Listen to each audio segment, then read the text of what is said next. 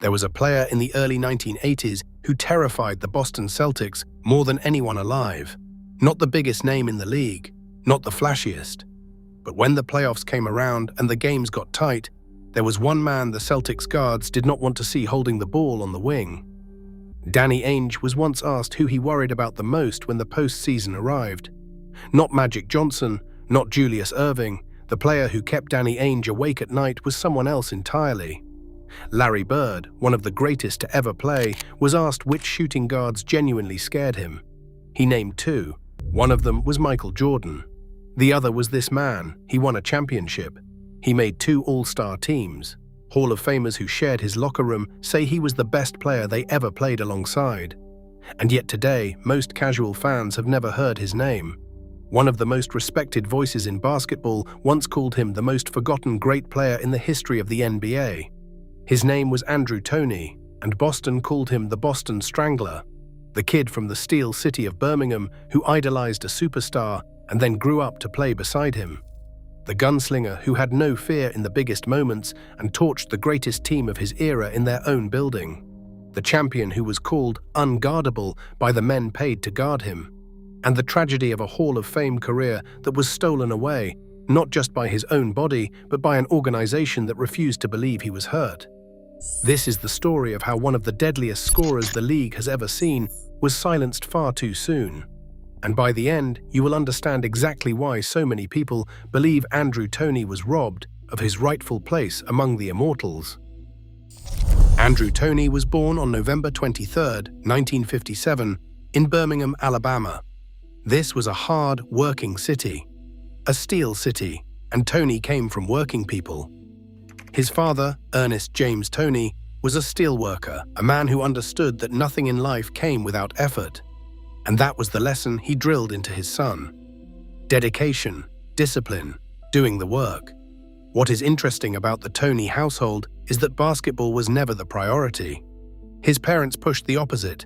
They preached academics over athletics, books before basketballs. In a world where so many talented kids are pushed toward the game and nothing else, Andrew Toney was raised to believe his mind mattered more than his jump shot. But the jump shot was always there, and it was special. At Glen High School in Birmingham, Toney did not just score, he detonated. As a junior, he averaged 31 points a game. As a senior, he pushed that up to 37.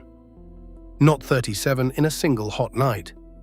37 a night over an entire season against defenses whose only game plan was to stop him. And in one regional tournament game, the ceiling disappeared entirely. Andrew Toney scored 68 points in a single game. 68. By the time he graduated, the accolades were pouring in. He was named Alabama's Mr. Basketball, the best high school player in the entire state. He earned All-American honors as both a junior and a senior. With Toney leading the way, the team piled up 80 wins against just 14 losses. He was not a prospect. He was a phenomenon. And there is one story from those high school years that tells you something about the kind of person Andrew Toney was. As team captain, he had a teammate named Sandra Murray, a girl playing on the boys' team, which in that era was almost unheard of. The coach would not allow it unless the players agreed first. So Murray went to the team captain, and Toney made it clear that if he agreed to it, the rest would follow. He opened the door for her, because he understood even then that leadership was about more than scoring. As a kid, Toney had a hero, a player whose grace and creativity captured his imagination. That player was Julius Erving, Dr. J, the most electrifying man in the sport. Toney watched him and dreamed, and in one of those rare and beautiful twists that sometimes happen in sports, that dream would come true in a way no child could ever expect. But we are getting ahead of ourselves. Because first, Andrew Toney had to conquer college, and where he chose to do it surprised a lot of people. Toney did not go to a blue blood powerhouse. He did not chase the bright lights. He signed with the University of Southwestern Louisiana, a school now known as the University of Louisiana at Lafayette. It was not a program that produced NBA stars. It was not on the national radar. And that made what Andrew Toney did there all the more remarkable. He walked onto that campus and immediately became the best player in the building. As a freshman, he averaged 21 points a game and led the entire team in scoring. He did the same as a sophomore. And he kept climbing. By his senior year, he was pouring in 26 points a night. He led the team to a Southland Conference title, earned first-team All-Conference 3 years running, and was twice named Southland Player of the Year. He scored 46 points in a game on 3 separate occasions. When it was all over, Andrew Toney had scored 2,526 points, the 13th highest total in the entire history of college basketball at the time. And here is the thing that separated him from other scorers. It was not just the volume, it was the moment. Even in college, Toney revealed the killer instinct that would define his professional career. After winning a tight game his junior year by sinking 2 free throws with just seconds left on the clock, he said something that would prove prophetic. He said he liked pressure situations. He said they built up his blood. Most players fear the final seconds. Andrew Toney fed on them, and there was a detail that gets lost. While he was becoming a scoring legend on the court, he was handling his business off it, graduating ahead of schedule in 3.5 years and already starting graduate school in his final semester. That academics over athletics upbringing had stuck. So now the whole country was watching. The 1980 NBA draft was approaching, and a struggling scorer from a small Louisiana school was about to walk into one of the most talented teams in professional basketball. What happened next would test him in ways college never could. With the 8th overall pick of the 1980 NBA draft, the Philadelphia 76ers selected Andrew Toney. Now, put yourself in Toney's shoes. This was not a rebuilding team looking for a savior. It was a loaded veteran roster, Morris Cheeks running the point, Bobby Jones, one of the great defenders of his generation, Caldwell Jones anchoring the middle. And at the very center of it all, the face of the franchise, the man Andrew Toney had idolized as a child, Julius Erving, Dr. J himself. Imagine growing up worshipping a player, then walking into an NBA locker room and finding him standing there as your teammate. For most young players, that would be paralyzing, but Erving did the opposite of making Toney feel small. Dr. J took the rookie under his wing. He mentored him. He looked out for him, and that generosity would help unlock something ferocious in the young guard. As a rookie, Toney was the 3rd guard on the depth chart. He still averaged nearly 13 points a game and shot a blistering percentage from the field, finishing 7th in the Rookie of the Year voting. But his real opening came through misfortune.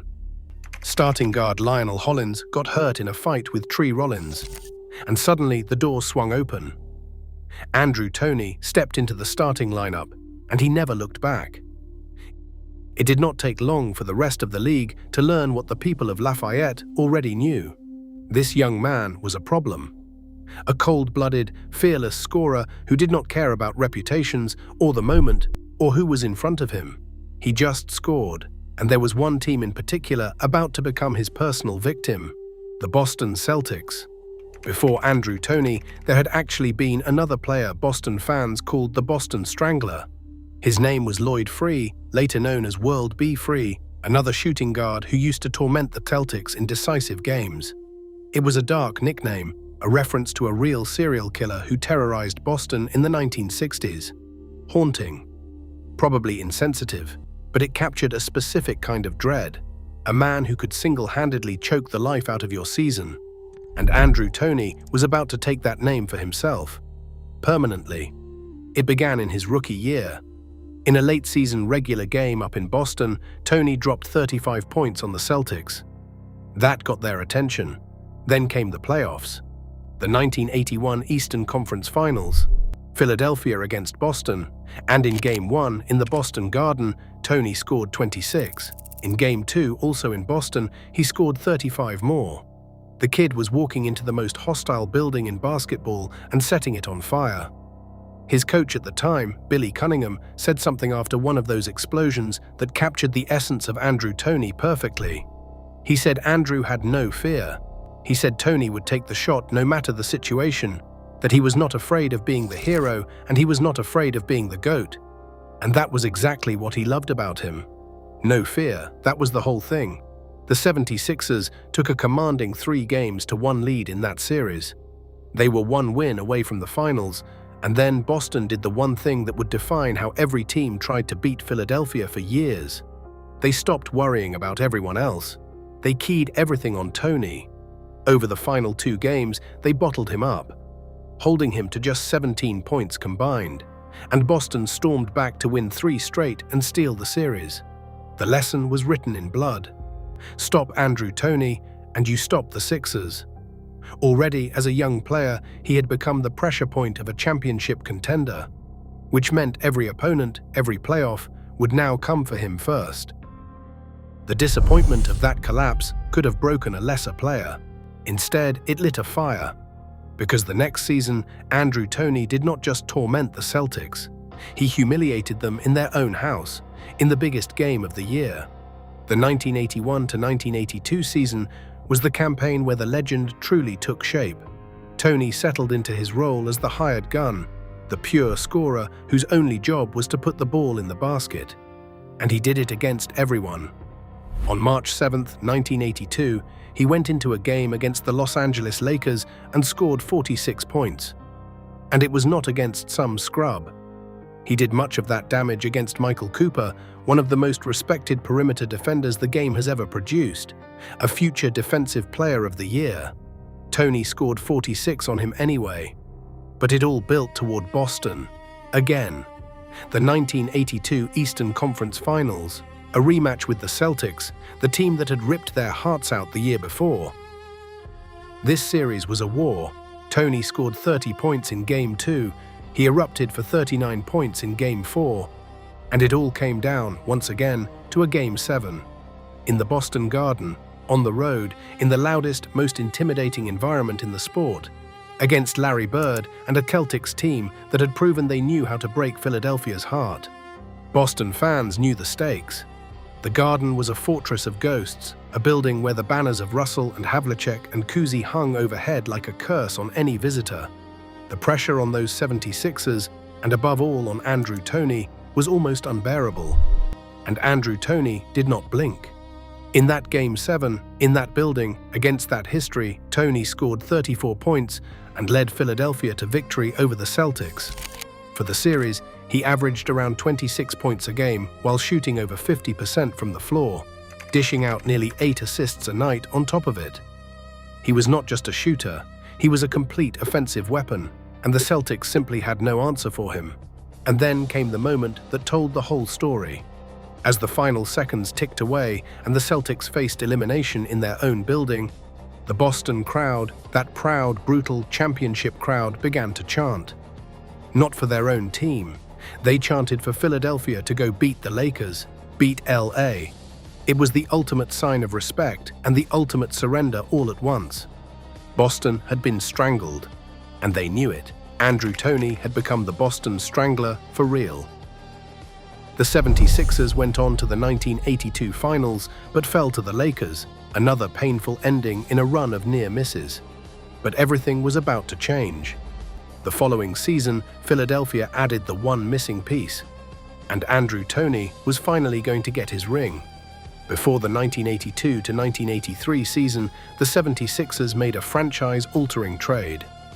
They brought in the reigning most valuable player of the league, a rebounding machine known as the chairman of the boards, Moses Malone. They sent Caldwell Jones to Houston to get him, and just like that, the greatest team of the era was assembled. With Malone dominating the paint, Irving soaring, Cheeks orchestrating, Bobby Jones locking down defenders off the bench, and Andrew Toney providing the deadly perimeter scoring, the 76ers were a wrecking machine. They stormed through the regular season at 65 wins and just 17 losses. And Toney, now in his prime, was averaging around 20 points a game as a genuine co-star on a super team. Then came the prediction that would live forever. When Moses Malone was asked how far Philadelphia would go in the playoffs, he gave a famously brief answer: foe, foe, foe. 3 words. What he meant was that the 76ers would sweep every single round, winning 4, then 4, then 4, needing only 12 games to take the title. It was a bold, almost arrogant claim. And they very nearly pulled it off. Philadelphia swept the New York Knicks in the first round. They took care of the Milwaukee Bucks and the Defensive Player of the Year, Sidney Moncrief, in 5 games. And then, in the finals, they met the Los Angeles Lakers with Magic Johnson and Kareem Abdul-Jabbar. the same Lakers who had beaten them before. This time, there would be no heartbreak. The 76ers swept them. 4 straight. Moses Malone was a colossus, out-rebounding the great Kareem and taking the finals MVP. But this was no one-man show. In the finals, Andrew Toney was Philadelphia's second leading scorer, pouring in around 22 points a game. In the clinching Game 4, he dropped 30. When it mattered most, on the grandest stage, the Boston Strangler delivered. Malone's prediction had been almost perfect. They lost only 1 game in the entire postseason, finishing 12-1, one of the most dominant playoff runs in league history. Close enough that the championship rings were engraved with an updated version of his prophecy. Foe, fi, foe. And Andrew Toney, the kid from Birmingham, the boy who idolized Julius Erving, was now a champion, standing shoulder to shoulder with his childhood hero. He was 25 years old, a 2-time All-Star, selected in 1983 and again in 1984. He was in his absolute prime. And everyone in basketball agreed on one thing. Andrew Toney was one of the most dangerous scorers alive, and his best years were still ahead of him. If the story ended here, it would be a fairy tale. But it does not end here, because at the very peak of his powers, everything began to fall apart, and the way it happened remains one of the most bitter injustices in the history of the sport. But before we get to the fall, understand just how feared Andrew Toney was at his best. The testimonials from the men who played with and against him are almost hard to believe. Remember Danny Ainge from the start of this video. That story came from the executive Pat Williams, who asked Ainge which player worried him most in the playoffs. Not Magic, not Dr. J. A Boston guard admitting the man who scared him most wore Philadelphia's colors. And it was not just Ainge. Larry Bird, arguably the greatest Celtic of them all, a member of the NBA's 75th anniversary team, was asked about the shooting guards he feared. He named exactly 2 players in the entire league. One was Michael Jordan, the other was Andrew Toney. Bird would say Toney was one of the best players he ever faced. Then there is Sidney Moncrief, a Hall of Famer, the man who won the very first Defensive Player of the Year award in league history. Moncrief actually had to guard Toney, and he said Toney was unguardable, that there was nothing you could do to stop him beyond double-teaming him and getting the ball out of his hands entirely. Toney, he found, had a counter for everything. Moncrief put Andrew Toney right there in the same class as Michael Jordan. The Hall of Fame Lakers coach Pat Riley, after the 1983 title, called Toney probably the toughest clutch shooter in the league, a man simply impervious to pressure. And a young Charles Barkley, who joined the 76ers in 1984 and saw Toney up close, has said on more than one occasion that Andrew Toney was the best player he ever played with. The best. Better than every legend Barkley would go on to share a court with over his own Hall of Fame career. There was even a running joke on the Philadelphia bench. When an opposing player was assigned to guard Toney, the 76ers reserves would shout 2 words at him: torture chamber. Because that was what it was to try to defend Andrew Toney. He could shoot over you, drive past you, and there was no safe way to play him. And here is maybe the greatest proof of his impact. After the 76ers won the 1983 title, the Boston Celtics were so desperate to find someone, anyone, who could slow Toney down, that they went out and traded for a big, tough, Hall of Fame defensive guard named Dennis Johnson. A significant part of that move was specifically to have a body who could handle Andrew Toney in the playoffs. An entire championship franchise reshaped its roster because of one man.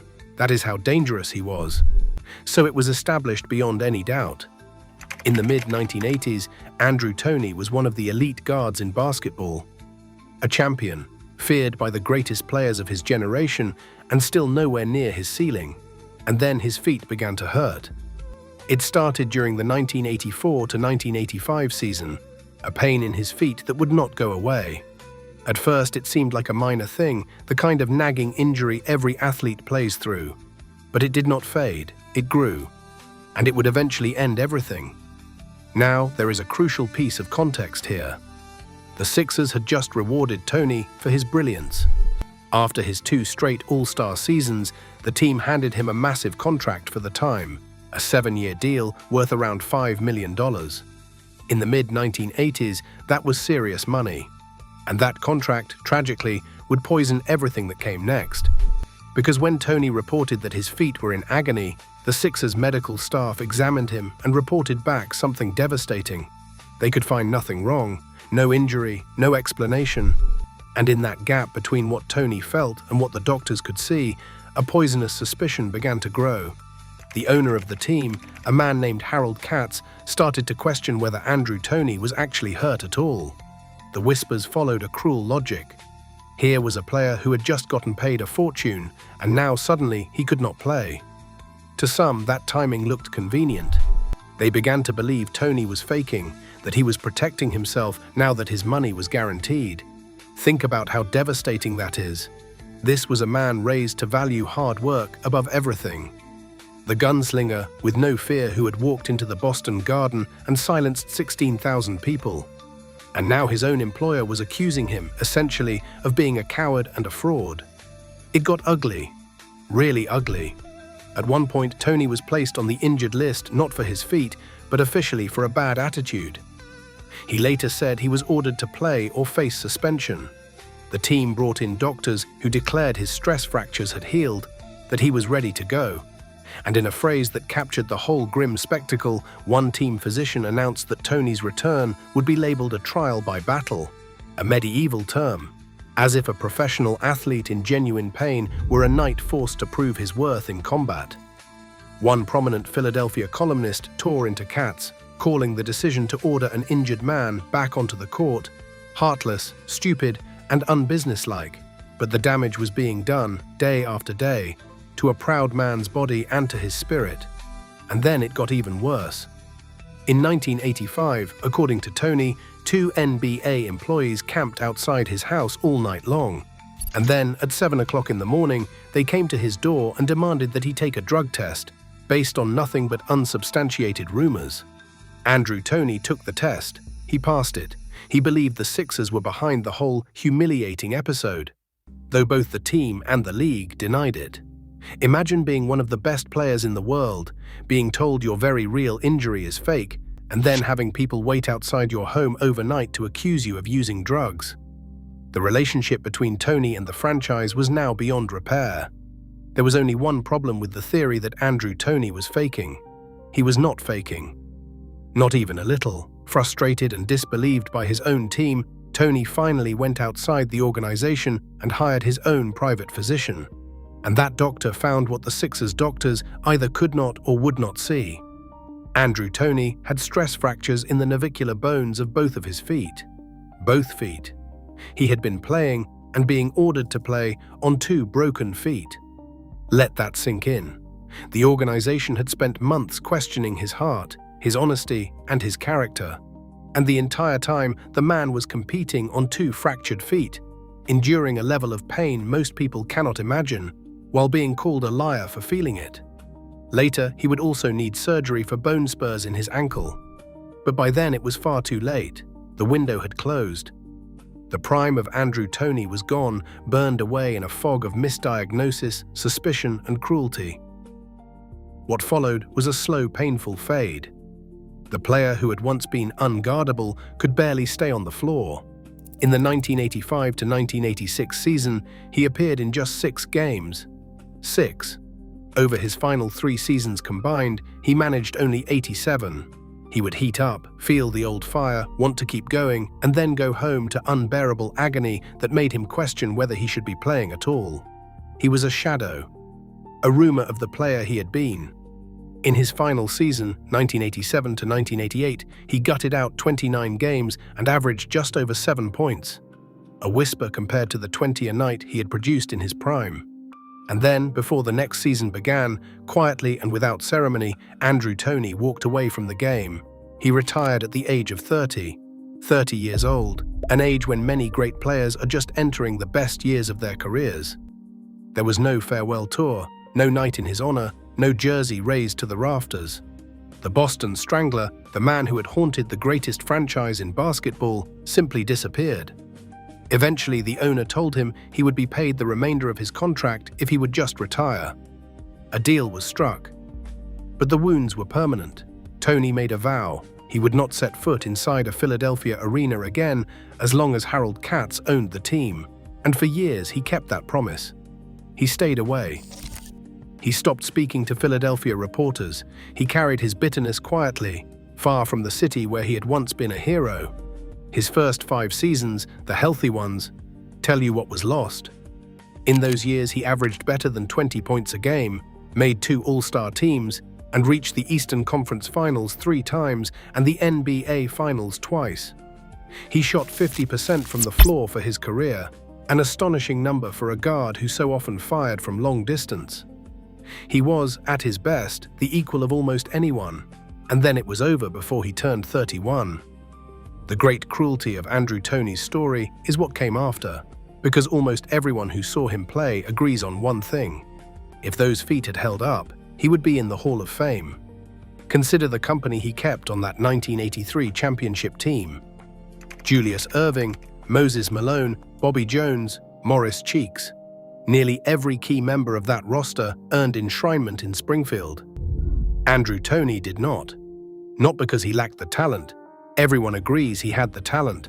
But because his body and the way his injuries were handled robbed him of the years he needed to build a Hall of Fame resume. His teammates have never stopped saying it. Earl Cureton said flatly that if nothing had happened to him, Andrew was going to be a Hall of Famer, and pointed to where everyone else from that team ended up. Billy Cunningham, his coach, said there was no question Toney had a Hall of Fame career in him, and that he and Cheeks had only just begun to grow into their full potential as a backcourt. And the great Boston Globe writer Bob Ryan gave Toney the title that captures his whole legacy in a single phrase: the most forgotten great player in NBA history. Forgotten.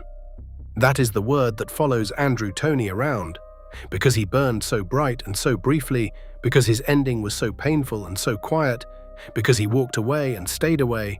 An entire generation of fans grew up without ever really knowing how great he was. The men who played against him know, the men who tried to guard him know, but the wider world moved on. The recognition that did come came slowly and from elsewhere. He was inducted into the Louisiana Sports Hall of Fame in 1992, the Philadelphia Sports Hall of Fame in 2013, and the Alabama Sports Hall of Fame in 2016.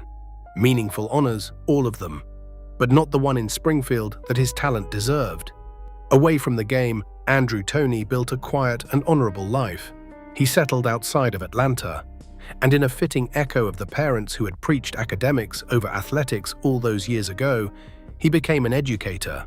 He worked as an elementary school teacher and took on roles as an instructional coach, mentoring young people and working with community programs designed to reconnect kids who had lost their way. The boy, raised to value his mind above his jump shot, grew into a man who spent his later years shaping young minds.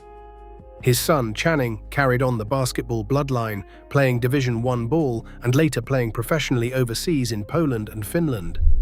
And time, as it often does, softened some of the old pain.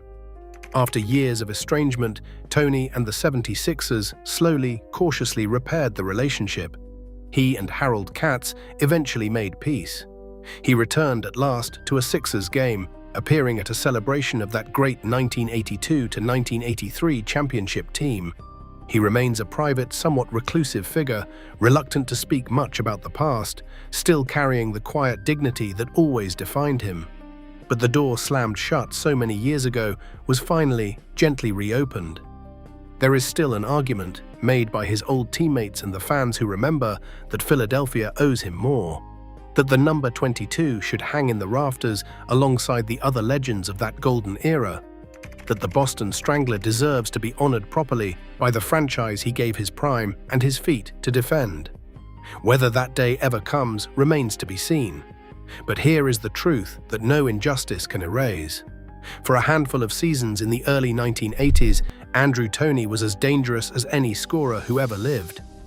He was the man Larry Bird feared and the man Danny Ainge could not sleep for worrying about. He walked into the most hostile building in basketball and made a legendary crowd chant for his own team. He was fearless when it mattered most, because pressure, as he said long ago in Louisiana, only built up his blood. His career was stolen from him. By fragile feet, yes, but also by an organization that chose suspicion over faith, that called a wounded man a liar, that ordered him into a trial by battle when what he needed was simply to be believed. It is one of the great what-ifs in the history of the game. What if those navicular bones had held? What if someone had listened sooner? We will never know, but the men who were there will tell you, without hesitation, that the ceiling was Springfield. Andrew Toney, the kid from the Steel City who idolized Dr. J and grew up to win a title beside him. The most forgotten great player in the history of the NBA.